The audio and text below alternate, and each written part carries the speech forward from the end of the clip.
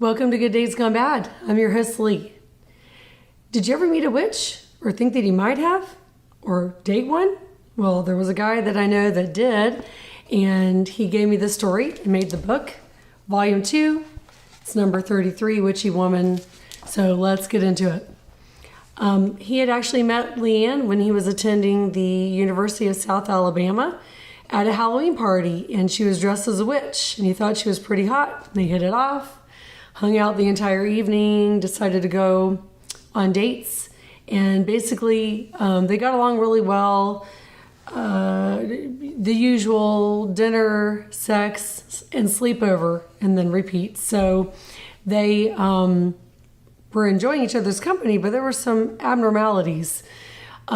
Sex with her was very violent, and often she would bite him, and he'd have to fight her off, and then it would end up in some steamy hot sex, and he became addicted to this, and they hung out for a couple of months, and they would actually decide to rent a hotel room on those assumptive nights when they knew that it would be more than just dinner and drinks. So they would avoid ruining blinds and lampshades and things like that in the room. So on one particular date, which things started getting kind of weird, on one particular date, though, that he remembered when things started getting strange, he had agreed to pick her up at her family home. And at this point, he had a roommate. He had an apartment with a roommate, and she was living at home because they were going to college. And as he was driving up to her family home, it was a plantation-style home with live oak trees and Spanish moss and things like that. And he noticed that there were these circular burns around the base of the oak trees. And he thought that was really strange. And he had asked the family when he was there, what's up with the burns? And they even thought that there was vandalism involved. They had reached out to the police, were trying to get it investigated. They weren't really sure. But after they left, Leanne had confessed that she had been playing around with a Ouija board. And he just kind of filed that information away. Nothing necessarily happened there, but he noticed that. And then on another date that he went on with her, they had been out and having drinks, and they decided to go over into a farmer's field to make out. And they were drunk, and it was late, and it was one of those fall nights where it was hotter in the car and steamy in the car and fogging up the windows. And then out of nowhere, there was a loud boom sound and then a scrape sound.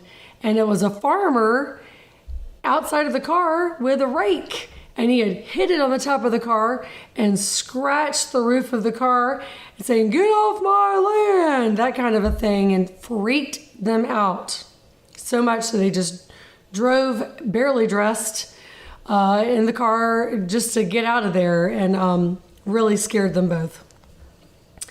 And then the third freaky time that he had with her was, it was a beautiful day, and they went over to Fairhope, and it was near the marina, and they went to like a little beachy area and were picnicking and had blankets and were, of course, proceeding to make out. And again, it was a beautiful sunny day, but then all of a sudden they felt this cold, weird sensation like they were being watched. And as they stopped kissing and they looked over in the direction, they felt like there was a direction to this, and they couldn't look at it anymore. It just consumed them with fear, freaked them out so much that they had to gather their things and run to the car and drive away as fast as that they could. And they never did see anything.